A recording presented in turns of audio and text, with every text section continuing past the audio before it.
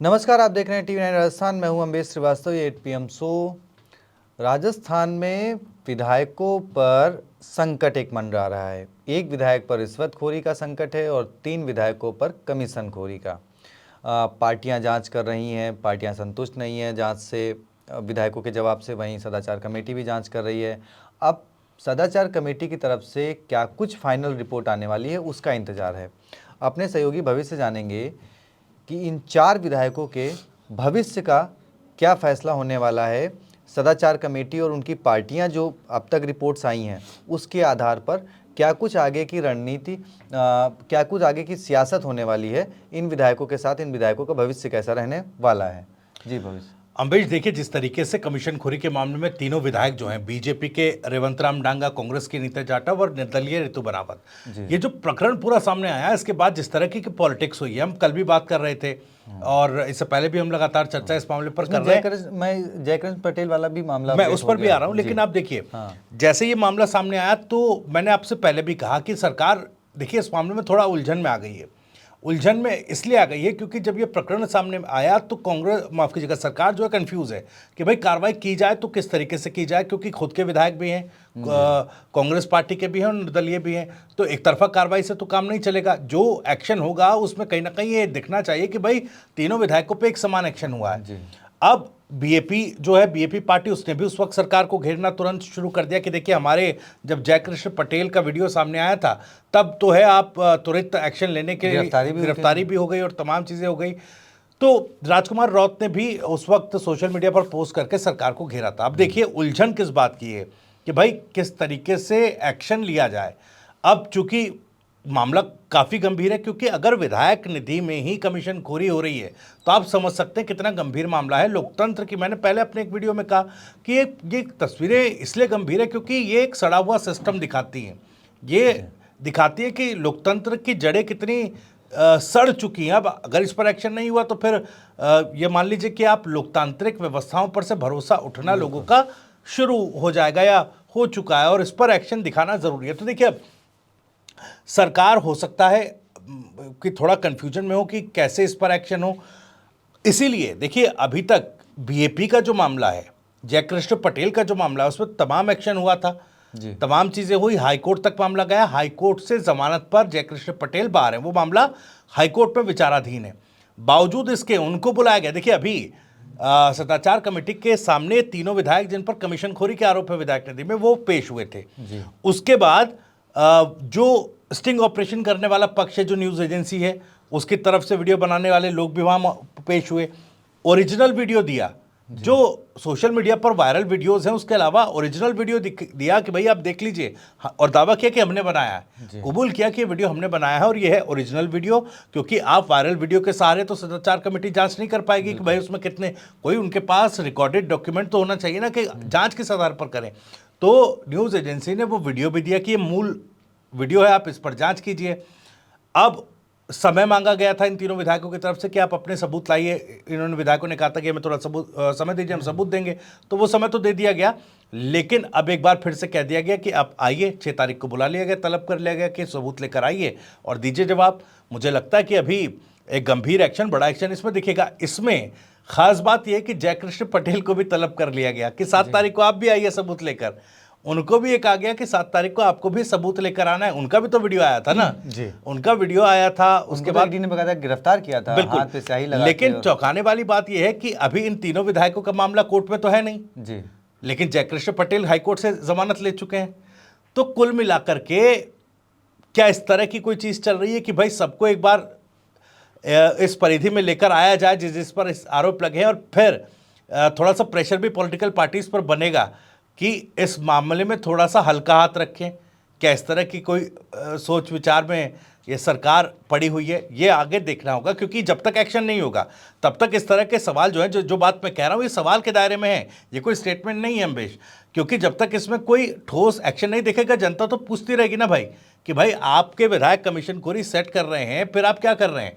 तो अब एक्शन लेना जरूरी, लेकिन एक्शन ऐसा ना दिखे कि एक तरफा हो रहा है। तो बुलाया गया है ताकि एक प्रेशर रहे। तो अब इसमें एक चीज़ ये मुझे बताइए, देखिए अब पहले तो कांग्रेस बीजेपी क्योंकि दो बड़ी पार्टियां हैं, उनके ही विधायक थे जी। अब इसमें जयकृष्ण पटेल का नाम आने के बाद जी। हनुमान बेनीवाल जो एक आरोप लगा रहे थे कि भाई कमीशन खोरी में कांग्रेस और बीजेपी किस तरीके से मिली हुई है, किस तरीके से एक दूसरे को बचाती है, ये देखिए विधायकों के मामले में ना बोलकर वो चीज सामने आ गई। जयकृष्ण पटेल को भी इसमें शामिल करके अब क्या ये ऐसा तो नहीं कि कहीं अब हनुमान बेनीवाल इकलौते पर जाएंगे, क्योंकि अब देखिए उनके पास तो कोई विधायक है नहीं जिसको फंसाया जा सके, तो अभी फिलहाल तो 4 ही विधायक फंसे हैं जी। तो अब हनुमान बेनीवाल अकेले इकलौते लीड करने वाले रह जाएंगे और फिर उनको एक मुद्दा मिल जाएगा कि देखिए भाई कैसे विधायकों की कमीशन खोरी होती है और मैं क्यों चाहता हूं, और इसमें राजकुमार राउत क्या करेंगे, क्योंकि उन्होंने भी एक कमेटी गठित करी थी, जैसे कांग्रेस बीजेपी ने अपने अपने विधायकों के लिए कमेटी गठित करी, उन्होंने भी कमेटी गठित करी थी, 1 हफ्ते का टाइम दिया था, लेकिन वो रिपोर्ट आज तक सार्वजनिक नहीं हुई बीएपी पार्टी की तरफ से। तो क्या बीएपी भी अपने विधायक को बचा रही है, क्योंकि आप कोर्ट के भरोसे चले गए, आपकी रिपोर्ट में क्या आया वो आपने सार्वजनिक नहीं किया बिल्कुल। तो अब इसमें कहीं ना कहीं राजकुमार राउत भी उस कैटेगरी में फंसते हुए जा रहे हैं जहां पे वो अपने विधायक को बचाते हुए नजर आ रहे हैं, अगर माना जाए इसमें, क्योंकि आपकी रिपोर्ट अभी तक नहीं आई है जो आपने 6 महीने पहले बनाई थी कमेटी। जी देखिए, बीएपी की आंतरिक रिपोर्ट जो है वो अभी तक नहीं आई, जैसा आप बता रहे हैं वो बात बिल्कुल ठीक है। और अभी रिपोर्ट जो है, आंतरिक रिपोर्ट जो अभी, क्योंकि मदन राठौर खुद उन्होंने कहा था कि भाई हम अभी रेवंत राम डागा के जवाब से संतुष्ट नहीं है, अनीता जाटव को लेकर जवाब जो है गोविंद डोटासरा लिख रहे हैं, दिल्ली भेजेंगे, तो ये तमाम चीज़ें चल रही है। लेकिन इसमें देखिए मैं वही कह रहा हूँ बार बार कि कितना प्रेशर बीएपी मानेगी। भाई वो वीडियो देखिए, पॉलिटिकल पार्टी को और जयकृष्ण पटेल को, बीएपी को और जयकृष्ण पटेल को ये पता होगा कि वीडियो वो सही है कि गलत है, उस वीडियो में क्या है। अब वही इसीलिए तो सबूत लेकर बुलाया ना, सबूत लेकर जब इन तीनों विधायकों को बुलाया तो उन्होंने उनको भी कहा कि भाई आप भी सबूत लेकर आइए। यानी कि अगर ज़रा सा भी प्रेशर अब इधर पॉलिटिकल पार्टीज़ की तरफ से डाला जाएगा, बीएपी की तरफ से, कांग्रेस की तरफ से या किसी और तरफ से, तो फिर वो स्ट्रिक्ट एक्शन यहाँ पर ज़रूर आपको दिखाई देगा। क्योंकि फिर किसी को बख्श, चाहे रेवंत राम डांगा को एक तरीके कहा जाए तो एक तरीके से फिर बलि का बकरा तो नहीं कहेंगे, लेकिन ये कहेंगे कि भले उन पर एक्शन बीजेपी ले, लेकिन बाकी विधायकों पर भी उतना ही सख्त एक्शन आपको दिखाई देगा। मैं आपको एक चीज़ और जोड़ दूं, कल नागौर में एक किसान सम्मेलन हुआ जहां पर केंद्रीय मंत्री भी पहुंचे, सीएम भी थे, किरोड़ीलाल मीणा भी थे। वहां पर नाथूराम मिर्जा ने मंच से सबके सामने भ्रष्टाचार पर खूब गलपेटा। उन्होंने खैर नाम नहीं लिया, लेकिन जिस तरीके से उन्होंने निशाने साधे वो एक तरफ एक कहीं ना कहीं बाय नेम उन पर रेवंत राम डांगा की तरफ भी जा रहा था। अब रेवंत राम डांगा ना तो पोस्टर में नजर आए, ना ही वो मंच पर नजर आए। विधायक होने के नाते जिले में अगर कोई कार्यक्रम हो रहा है आपके, तो संभवतः कम से कम अगर आप पोस्टर में नहीं है तो कम से कम आप मंच पे मौजूद होते या वहां जाते जब सीएम सब कोई आया हुआ था, तो वो नहीं थे। तो उससे एक चर्चा ये हुई कि क्या बीजेपी उनको अभी से बाइकआउट कर रही है, एक्शन का मन बना चुकी है।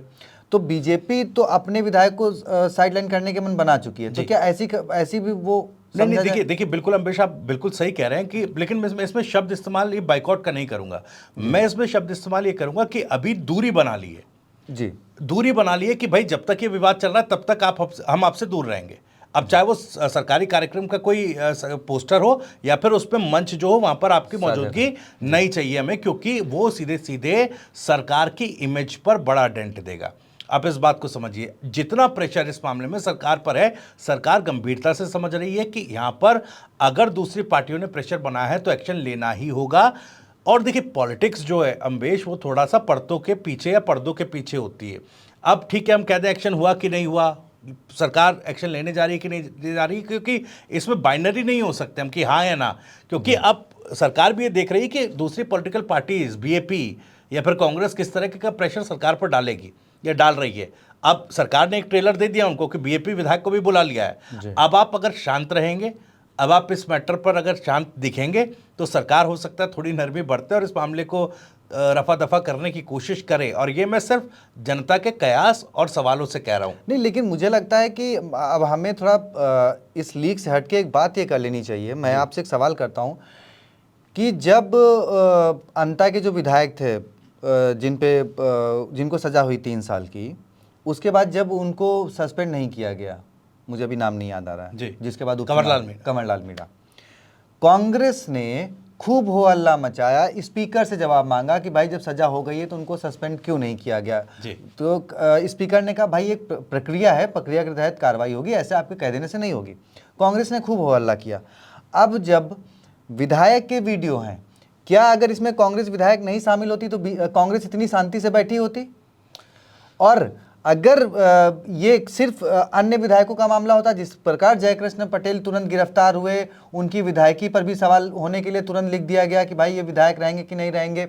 या फिर मुझे याद आता है जब कांग्रेस के 80 विधायकों ने इस्तीफा दे दिया था, उसके बाद राजेंद्र सिंह राठौर बाकायदा कोर्ट पहुंच गए थे कि भाई ये सरकार मान्य कैसी है जब इन्होंने इस्तीफा दे दिया।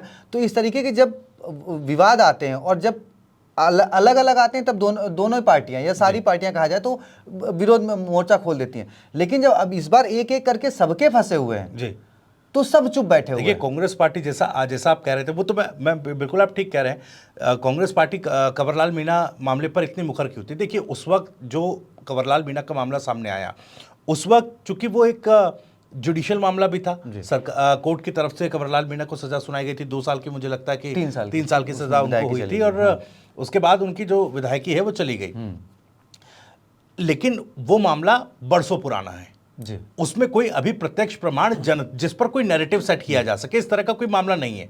उस तरह के मामलों में जो उस दौर में जो क्राइम उस वक्त हुआ, उसमें क्या हालात रहे उस कालखंड में और क्या कुछ चीज़ें रही है किसी को पता नहीं है। तो उस पर नैरेटिव सेट करना पॉलिटिकल पार्टीज के लिए आसान था। उस पर अगर सरकार कार्रवाई भी ना करे तो भी सरकार के लिए बातें कह देना थोड़ा उनके लिए सहज था, लेकिन और कांग्रेस पार्टी के लिए भी। लेकिन अब जो ये स्टिंग ऑपरेशन सामने आया, यहाँ पर सबूत है, यहाँ पर सबूत सरकार को दे दिए हैं। और देखिए बड़ी बात, न्यूज एजेंसी ने खुद पेश होकर जो सबूत दिए, अब सरकार के पास कोई विकल्प बचा नहीं है, क्योंकि सरकार के पास उन्होंने बता दिया कि हमने तो पूरा मुख्य वीडियो जो है वो सरकार को सौंप दिया। ये प्रेशर सरकार पर भी है कि अब आप नहीं बच सकते कार्रवाई से, आप इस बात को समझिए। तो ये महत्वपूर्ण है। अब बीएपी और कांग्रेस अगर इसमें शांत रहती हैं तो कहीं ना कहीं थोड़ा नरमी बरतने की दिशा में सरकार सोच सकती है, लेकिन सरकार मन बना चुकी है। रेवंत राम डांगा से जिस तरीके से दूरी बनाई है, इसका साफ संकेत है कि हम कार्रवाई करने जा रहे हैं। और उधर हनुमान बेनीवाल, अगर कार्रवाई नहीं होती तो मुझे लगता है कि फिर वो एक बड़ा आंदोलन। लेकिन एक यहाँ लास्ट में मैं जोड़ना चाहूंगा अम्बेश, क्योंकि देखिए हनुमान बेनीवाल तो मुखर होंगे, क्योंकि रेवंत राम डांगा उन्हीं की पार्टी से छिटक कर गए, तो वो तो मुखर होंगे। आप कहेंगे बीएपी की वजह से क्या चुप बैठेंगे, लेकिन बीएपी विधायक के पास एक लेवरेज है अभी, क्योंकि उनका मामला विचाराधीन हाईकोर्ट में है।